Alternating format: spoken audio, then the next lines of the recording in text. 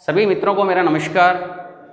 एक बार फिर मैं आपका हार्दिक स्वागत करता हूं वर्धमान कैरियर कोचिंग सूरतगढ़ में। और आप मेरे साथ जो है स्टडी करेंगे साइंस। और साइंस का जो आज का हमारा टॉपिक जो रहेगा वो रहेगा वसा। वसा को हम कंटिन्यू करेंगे। कल हमने देखा था भाई वसा जो है क्यों ज़रूरी है शरीर के लिए, या इससे कितनी जो है एनर्जी मिलती है, ये हमने लास्ट जो कल वाली क्लास थी उसमें डिस्कस किया था। और जो वसा का जो स्रोत है वो भी हमने देखे थे, घी, तेल,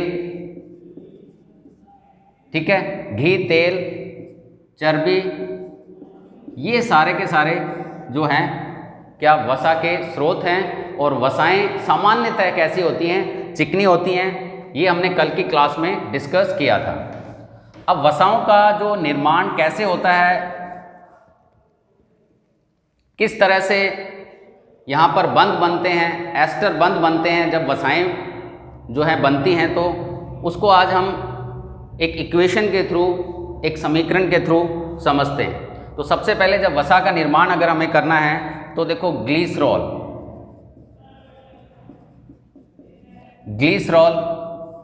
की हमें आवश्यकता रहती है। और ग्लिसरॉल में अगर हम देखें तो CH2OH, CHOH और फिर CH2OH, ये जो फॉर्मूला है ये है किसका, ग्लिसरॉल का। इसके साथ हमें जोड़ना है यहाँ पर जो वसीय अम्ल, वसीय अम्ल, क्या जोड़ना है हमें यहाँ पर, वसीय अम्ल जोड़ेंगे।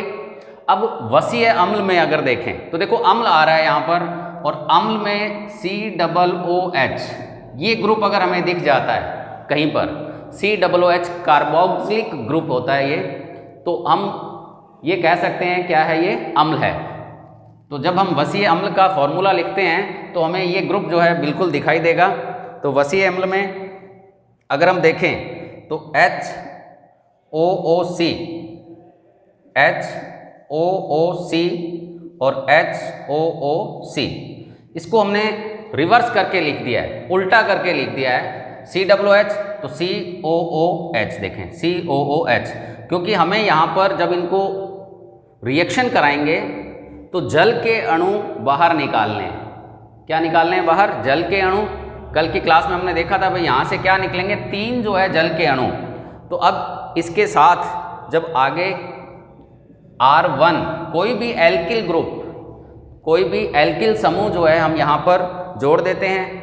एक ले लिया हमने R2 और एक ले लिया हमने R3। तो वास्तव में जब R1, R2, R3 एक लंबी चेन हो सकती है, कार्बन की लंबी श्रृंखला हो सकती है, कोई भी एल्किल ग्रुप हो सकता है, कोई भी एल्किल ग्रुप हो सकता है। जब हम केमिस्ट्री का अध्ययन करेंगे, केमिस्ट्री में हम इनको डिटेल में देखेंगे भाई एल्किल ग्रुप क्या है। अभी फिलहाल ये जो फॉर्मूला बना ये आपका वसीय अम्ल, इसको अब हम क्या करेंगे, यहाँ पर देखें तो यहाँ से देखो ये हाइड्रोजन और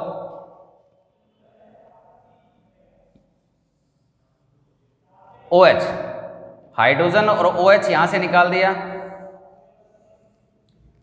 हाइड्रोजन और OH और हाइड्रोजन और OH, ये देखें आप। सिंपली हमने यहाँ से देखो H2O, तो 3 जो हैं जल के अणु -3H2O निकल गए। 3 जल के अणु क्या हो गए, बाहर निकल गए। जब जल के अणु बाहर निकल जाते हैं तो हमें क्या मिल जाता है दूसरी तरफ। अगर इसको देखें यहाँ पर तो हमें यहाँ पर वसाएं क्या मिलेंगी, वसाएं मिलती हैं। सरल वसा हम कह सकते हैं इसको, या सरल वसाएं हमें मिल जाती हैं। अब हमें क्या करना है, केवल H2O निकाल दो, बाकी का जो है सारा का सारा ऐसे के ऐसे ही लिख देंगे हम यहाँ पर। तो देखें ये CH2, CH और CH2 यहाँ बचा हुआ है, तो देखिए CH2, ठीक है, फिर CH और CH2। ये देखें आप, ये चीज़ एज इट इज़ वहाँ पर आ गई। ये जो मैंने डैश डैश करके सर्किल में किया, ये रह गया था हमारा, इसको लिख दिया। अब साथ में क्या बचा है, ये 2 O और कार्बन और बाकी का ये एल्किल समूह। यानी ये देखें यहाँ पर ये डैश डैश जो है, जिसको मैंने ये बॉक्स में बंद किया है, इसको एज इट इज उसके साथ लगा दो। जल के अणु तो हमने निकाल दिए, ठीक है। तो अब यहाँ पर जो क्या बचा आपके पास, O double bond O C, और इसके साथ जो बचा है आपका एल्किल ग्रुप, तो R1, ये ठीक है। फिर O, क्योंकि 2 O हैं, ये O C और R। Next O double bond O C और R, ये R2 हो जाएगा आपका, और ये क्या हो जाएगा आपका R3 हो जाता है। तो ये जो बंध बन रहा है यहाँ पर देखें, ये जो बंध है आपका, ये इसको जो है हम क्या बोल देते हैं यहाँ पर, एस्टर बंध। यही हमारा जो है एस्टर बंध।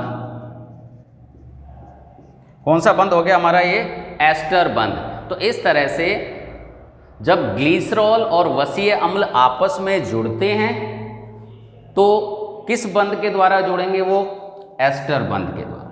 किसके द्वारा जुड़ेंगे, एस्टर बंध के द्वारा। और ये जो पूरा का पूरा स्ट्रक्चर जो बन गई है, ये हमारी सरल वसा है। क्या है, ये हमारी सरल वसा।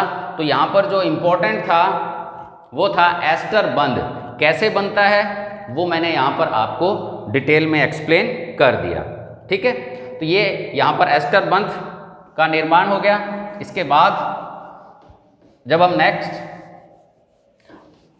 आगे अब इन वसाओं को देखते हैं,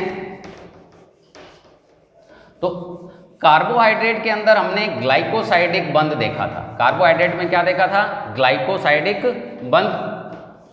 प्रोटीन के अंदर था पेप्टाइड बंध, और वसाओं के अंदर जो है कौन सा बंध मिल गया, एस्टर बंध।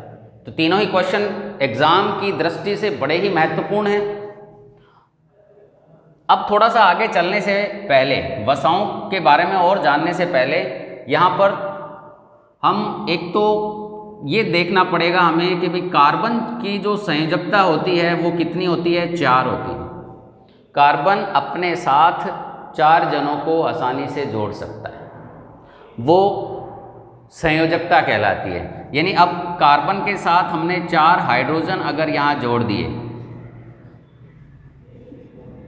तो इसको बोलते हैं संयोजकता। तो कितनी होती है संयोजकता, यहाँ पर अगर हम देखें तो कार्बन की जो संयोजकता होती है वो क्या होती है, 4 होती है। तो यहाँ पर आप देख भी पा रहे हैं, एक कार्बन के साथ हमने 4 हाइड्रोजन को क्या कर रखा है, जोड़ रखा है। इसमें अगर देखें तो ये आपको सिंगल सिंगल जो लाइन दिख रही हैं, इनको बंध बोलते हैं। ये क्या होता है, बंध। कार्बन और हाइड्रोजन के बीच में एक लाइन आपको दिखाई दे रही है, तो ये एकल बंध है, एकल बंध, ठीक है। ये एक एकल बंध है, एक एकल बंध ये रहा, एक एकल बंध ये रहा। इस तरह से 4 एकल बंध यहाँ पर हमें दिखाई दे रहे हैं। जब कार्बन के बीच में भी हो सकता है ये बंध, जैसे कार्बन कार्बन आपस में जुड़े हों, तो बीच में अगर एक एक लाइन अगर हमें दिखाई देती है तो हम इसको क्या बोल देते हैं, एकल बंध। जब ऐसी कंडीशन होती है, यानी कार्बन कार्बन से या कार्बन किसी अन्य तत्व के साथ एकल बंध से अगर जुड़ा रहता है मुख्य रूप से, तो यहाँ पर हम इसको कहते हैं संतृप्त अवस्था। संतृप्त अवस्था, ठीक है। एक हमें ये समझना है भाई संतृप्त अवस्था क्या है, जब हमें एकल बंध दिखाई दे। अभी इतना ही देख लें, केमिस्ट्री में इसको और डिटेल में देखेंगे। तो दूसरी कंडीशन आती है, कार्बन कार्बन के बीच में अगर डबल बॉन्ड अपने को दिख जाए, तो ये बना लेते हैं अपने कार्बन कार्बन अगर 2 बंध से अगर जुड़े हुए हैं, कार्बन कार्बन 2 बंध, देखो 2 लाइनें दिख रही हैं यहाँ पर, एक ये नीचे और एक ऊपर, 2 बंध यानी डबल, इस तरह से 2 लाइनें। तो एक एकल बंध, एक एकल बंध, दोनों ने मिलकर के क्या बना दिया, डबल बॉन्ड या द्विबंध। तो यहां पर इसको बोलते हैं द्विबंध। अगर कार्बन कार्बन आपस में दो बंध से जुड़ा हुआ हो, डबल बंध से या द्विबंध से जुड़ा हुआ हो, उस अवस्था को क्या कह देते हैं हम यहां पर, असंतृप्त अवस्था। अब इनकी क्यों जरूरत पड़ी, क्योंकि वसा को जब हम थोड़ा सा आगे और पढ़ेंगे तो बहुत इंपॉर्टेंट क्वेश्चन आते हैं, संतृप्त वसाएं, असंतृप्त वसाएं, उस चीज को समझने के लिए वसा में इसको थोड़ा सा हमें समझना जरूरी था। तो एक बार फिर देखें यहां पर, अगर कार्बन कार्बन में एकल बंध हो, कार्बन कार्बन आपस में एकल बंध के द्वारा जुड़े हुए हैं, तो उस अवस्था को बोल देते हैं संतृप्त अवस्था। और कार्बन कार्बन आपस में द्विबंध के द्वारा जुड़े हुए हों, उसको बोल देते हैं हम यहाँ पर असंतृप्त अवस्था। ठीक है, तो ये संतृप्त अवस्था और असंतृप्त अवस्था यहाँ पर क्लियर हो जाती है। अब इसके बाद जब आगे चलते हैं हम यहाँ पर, तो हमें दो तरह की वसाएं देखने को मिलती हैं। वसाएं कितनी हैं हमारे पास, दो तरह की। पहला आएगा यहाँ पर असंतृप्त वसाएं,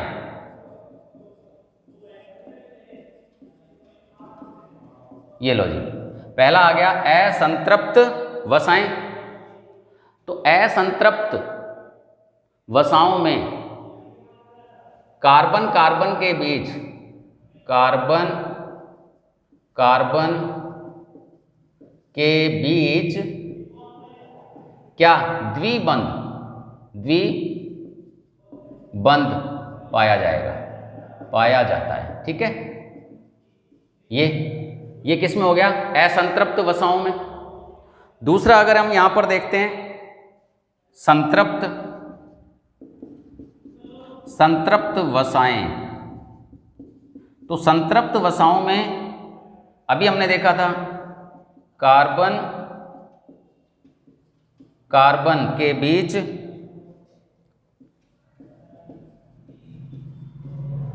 कैसा, एकल बंध पाया जाता है। ठीक है जी, यानी जो आपका संतृप्त वसाएं होंगी उनमें एकल बंध मिलेगा, जैसे C और C। यहां पर क्या होगा, द्विबंध मिलेगा, C डबल बॉन्ड C। तो ये हमें देखना है। अब असंतृप्त वसाएं में अगर हम देखें तो जितने भी वनस्पति तेल हैं, वनस्पति तेल, ये जितने भी वनस्पति तेल जो होते हैं, वनस्पति तेल वो क्या होते हैं, आपके असंतृप्त वसाएं होती हैं। कैसी होती हैं वो, असंतृप्त वसाएं। तो फिर संतृप्त के उदाहरण भी देख लेते हैं। यहाँ पर सैचुरेटेड में इसमें आ जाएगा घी, ठीक है, चर्बी, घी, चर्बी, ठीक है, और मक्खन, बटर। ठीक है, तो ये जो आते हैं ये किस में आती हैं, संतृप्त वसाओं में आती हैं। अब क्यों कहते हैं, अब क्लियर हो गया होगा भाई। असंतृप्त वसाएं जितने भी तेलों की बात कर रहे हैं हम, वनस्पति तेलों की जो बात कर रहे हैं, वो सारे के सारे क्या होते हैं, असंतृप्त वसाएं होती हैं। और क्यों होती हैं, वहाँ पर कार्बन कार्बन के बीच में क्या मिलेगा, डबल बॉन्ड। और संतृप्त वसाओं में क्या क्या आ जाएगा, घी, चर्बी, मक्खन। यहाँ पर कार्बन कार्बन के मध्य में क्या मिलता है, सिंगल जो है बॉन्ड मिलता है, एकल बंध मिलता है। अब असंतृप्त वसाओं को, तो एक तो क्वेश्चन यही है भाई असंतृप्त वसाएं क्या है और क्यों होती हैं। तो एग्जाम्पल ये रहा और रीजन ये पड़ा आपके पास। संतृप्त वसाएं क्या होती हैं, ये एग्जाम्पल पड़ा, और रीजन अगर पूछ ले तो कार्बन कार्बन के मध्य में क्या होगा, एकल बंध होगा। अब थोड़ा सा इसमें आगे देखें, हम असंतृप्त वसाओं को बदल सकते हैं किसमें, संतृप्त में। अगर हम असंतृप्त से संतृप्त में जाना चाहते हैं, वनस्पति तेल से हमें बनाना है वनस्पति घी, बहुत इंपॉर्टेंट क्वेश्चन है। तो यहां पर देखें वनस्पति तेल,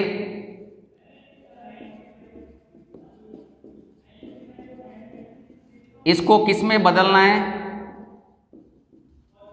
वनस्पति घी में। वनस्पति तेल को किस में बदलना है हमें? वनस्पति घी में। तो इसका मतलब हम असंतृप्त जो वसाएं हैं उसको किस में बदल रहे हैं? संतृप्त वसाओं में। ठीक है, तो ये वनस्पति घी मिलता है मार्केट में, ये देसी घी है।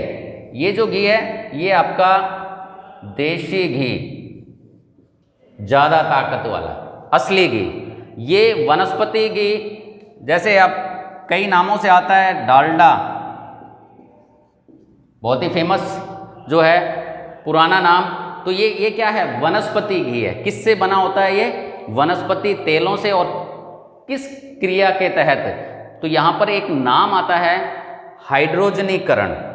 तो असंतृप्त वसाओं को संतृप्त वसाओं में अगर बदलना है तो हम यहाँ पर क्या लिख सकते हैं? हाइड्रोजनीकरण।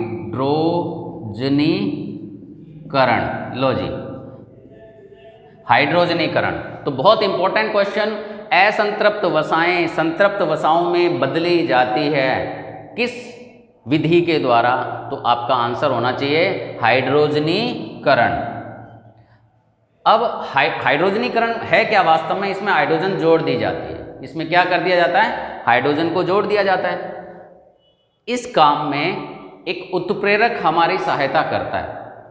अब एक यहां पर शब्द आ रहा है अपने लिए, उत्प्रेरक, कैटलिस्ट। ठीक है, तो उत्प्रेरक जो है यहां पर आएगा निक्कल, Ni, या निक्कल उत्प्रेरक। कौन सा उत्प्रेरक? निक्कल। ये भी एक बहुत ही अच्छा क्वेश्चन है। असंतृप्त वसाओं को संतृप्त वसाओं में बदलना है, क्रिया का नाम हाइड्रोजनीकरण। हाइड्रोजनीकरण में कौन सा उत्प्रेरक सहायक है? तो हमें आंसर देना है निक्कल उत्प्रेरक, या यूं कह सकते हैं निक्कल उत्प्रेरक की उपस्थिति में हाइड्रोजनीकरण के माध्यम से असंतृप्त वसाओं को संतृप्त वसाओं में बदला जा सकता है। तो दोनों तीनों क्वेश्चन एग्जाम के पॉइंट ऑफ व्यू से बहुत ही महत्वपूर्ण है। ठीक है, तो ये आ गया आपके पास निक्कल उत्प्रेरक। तो इसमें हम क्या करेंगे? निक्कल उत्प्रेरक क्या काम करेगा? वनस्पति तेल को किस में बदल देगा? वनस्पति तेल को वनस्पति घी के अंदर। ठीक है ना। और ये आपका कौन सा है? देशी घी। इसको हमने किसके अंदर रखा हुआ है? संतृप्त वसाओं में। तो चलिए आगे चलते हैं। अब इसमें नेक्स्ट जो है, वसाओं में कुछ इनके महत्वपूर्ण गुणों के आधार पर कुछ अभिक्रियाएं और हैं, वो हमें थोड़ी देखनी है। जैसे साबुनीकरण अभिक्रिया, साबुन का निर्माण, तो ये भी वसा के द्वारा ही जो है संभव हो पाता है। तो अभी हम देख रहे हैं साबुनीकरण। ठीक है, वसा से संबंधित है, इसीलिए हम यहाँ पर इसको पढ़ रहे हैं। वैसे केमिस्ट्री का है थोड़ा सा ये पोर्शन। तो साबुनीकरण में जब हम देखते हैं तो वास्तव में क्या किया जाएगा? जो वसाएं हमने बनाई हैं वो लेनी है हमें, वसा प्लस इसकी जो क्रिया है किसके साथ? क्षार के साथ, बेस के साथ। क्षार के साथ इसकी क्रिया करा देते हैं। जैसे NaOH है, ठीक है, NaOH, sodium hydroxide, sodium hydroxide. ठीक है, ये इसके साथ जैसे क्रिया कराएंगे तो हमें क्या मिल जाता है यहाँ पर? साबुन। लो जी, साबुन बन गया। इसी प्रक्रम को क्या कह दिया जाता है? साबुनीकरण। तो साबुन का निर्माण किससे हो रहा है? वसाओं से। ठीक है, क्या कराना है? NaOH जो कि सोडियम हाइड्रोक्साइड या एक क्षार है, इसके साथ इसकी रिएक्शन कराओ, क्रिया कराओ, हमें उत्पाद जो है वो क्या मिलेगा? प्रोडक्ट क्या मिलेगा? साबुन यहाँ पर हमें मिल जाता है। और इसी प्रोसेस को कहा जाता है साबुनीकरण। ठीक है, इसके बाद यहाँ पर और कुछ एग्जाम्पल वसा के देख लेते हैं। तो मधुमोम, मधुमोम बड़े अच्छे से जानते हैं आप मधुमोम, ये भी वसा होती है। इसमें भी मधुमक्खियाँ जो मोम बनाती हैं, जो अपना छत्ता बनाती हैं, वो हाइव जो है कॉम बी कॉम जो है यहाँ पर, तो वो क्या है, मधुमोम से बना होता है। मेडिसिनल यूज होते हैं उसके, दवाइयाँ बनाने में उसको यूज़ किया जाता है। तो मधुमोम ये भी एक हमारे पास वसा का एग्जाम्पल है। इसके अलावा जो पक्षी हैं हमारे, पक्षी, ठीक है, पक्षियों में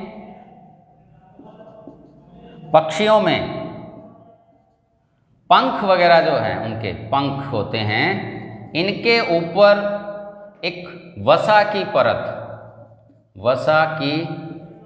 परत जो है मिलती है, जिससे वो थोड़े चिकने से होते हैं और जब पानी वगैरह में भीग जाते हैं तो क्या है, पानी उन पर ठहरता नहीं है। तो उसके ऊपर भी क्या है, पक्षियों के जो पंख वगैरह हैं उसके ऊपर भी वसा की जो है परत मिलती है हमें, ठीक है।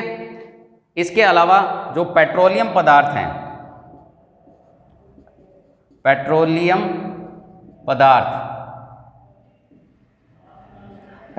जो पदार्थ हैं उनमें भी जैसे मोम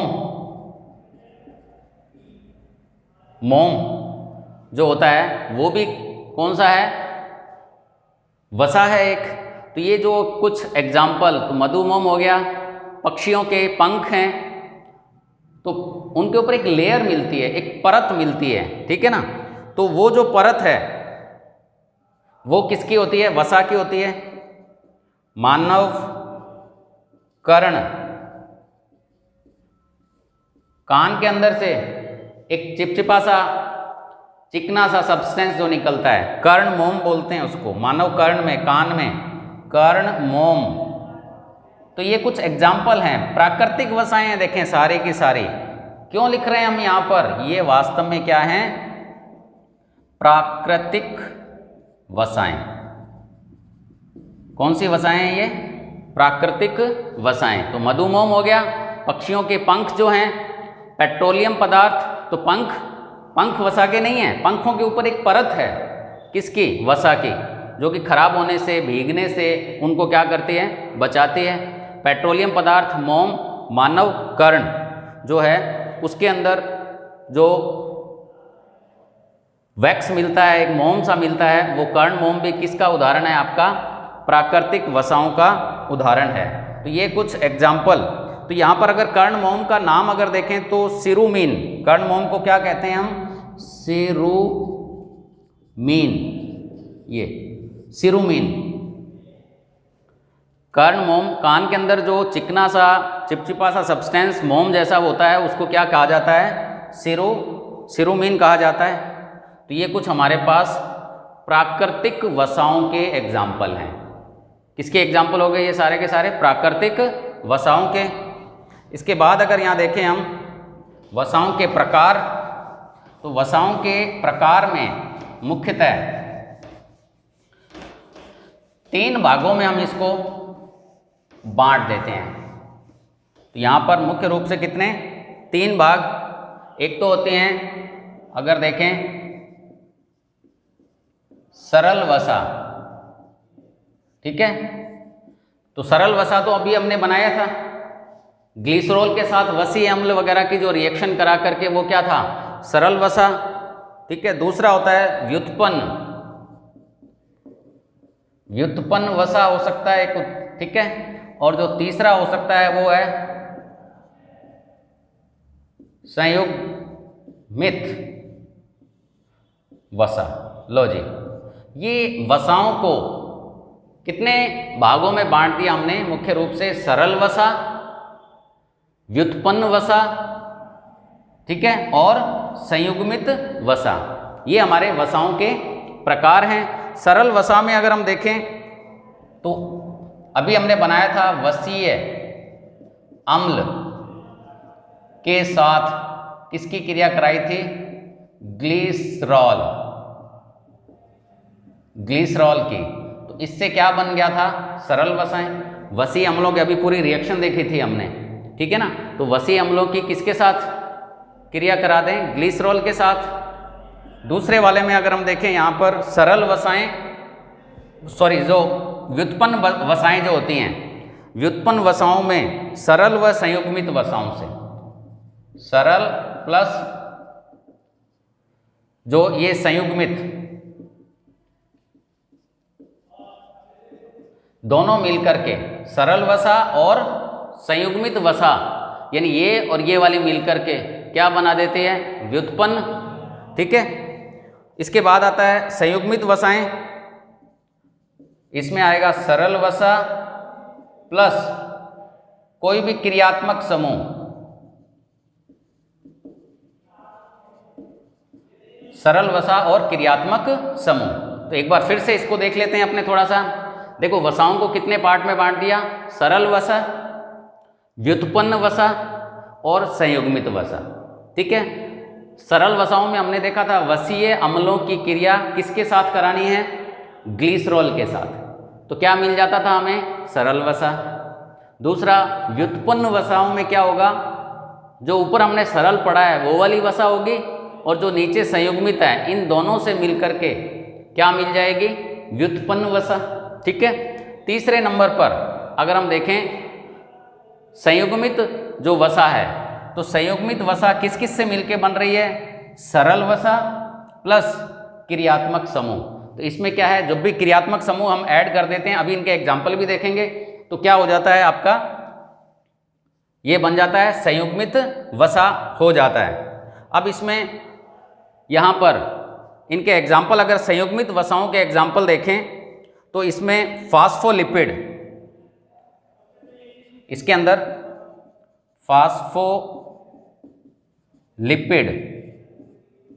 फास्फोलिपिड जो कि कोशिका झिल्ली के निर्माण में काम आती है, कोशिका झिल्ली के निर्माण में, ठीक है। फास्फोलिपिड किस तरह का है, यहां पर संयुग्मित वसा है, कैसे बना, देखो फॉस्फेट समूह जुड़ गया किसके साथ, लिपिड। अच्छा एक बात और, वसा और लिपिड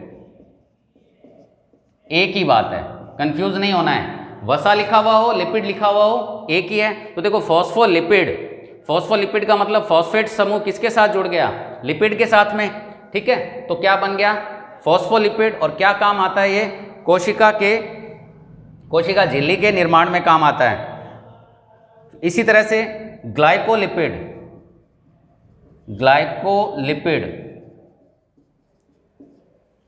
ठीक है, ग्लाइकोलिपिड। और फिर आता है लिपोप्रोटीन,